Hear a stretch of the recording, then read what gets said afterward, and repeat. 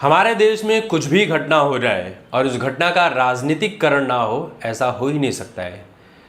अजीत पवार और उनकी पूरी टीम जो भी उस चार्टर्ड प्लेन में मौजूद थी, जिस तरीके से वो घटना हुई, उस घटना में किसी के बचने की कोई उम्मीद हो ही नहीं सकती थी, क्योंकि जिस तरह का विस्फोट हुआ था, उस विस्फोट में बचाने वाले भी चाहकर बचा नहीं सके और मुझे लगता है कि पल भर में भी सभी की मौतें हो गई होगी। इस घटना ने महाराष्ट्र की राजनीति को थोड़ी देर के लिए स्थगित कर दिया है। 3 दिनों की अवकाश चल रही है सभी सरकारी जगहों पर, लेकिन लोगों की राजनीति खत्म नहीं हो रही है। शरद पवार ने खुद ये कह दिया कि इसमें कोई भी राजनीतिकरण नहीं होना चाहिए, कोई भी डाउटफुल चीज़ें नहीं है कि किसी प्लानिंग के तहत अजीत पवार के साथ ऐसा किया गया है।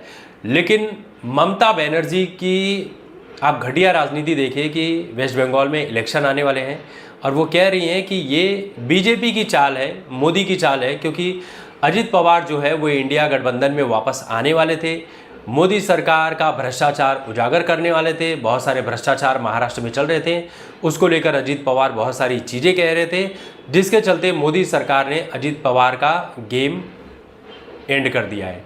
ये ममता बनर्जी क्या कहना है। अब सोचिए, इनकी घटिया राजनीति इसी तरह की रही है।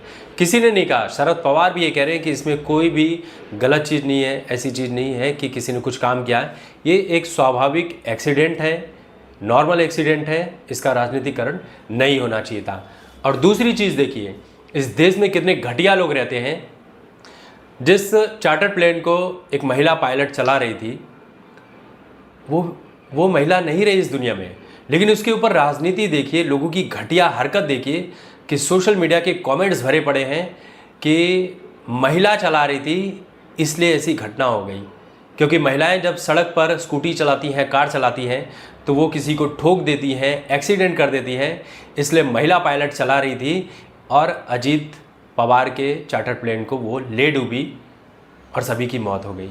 आप सोचिए, लोगों की मानसिक दिवालियापन हो चुका है यार लोगों का। हर चीज़ में इन्हें मजाक नज़र आता है, हर चीज़ में इन्हें ट्रोलिंग नज़र आती है। ऐसी चीज़ें ट्रोल करने के लिए नहीं होती है।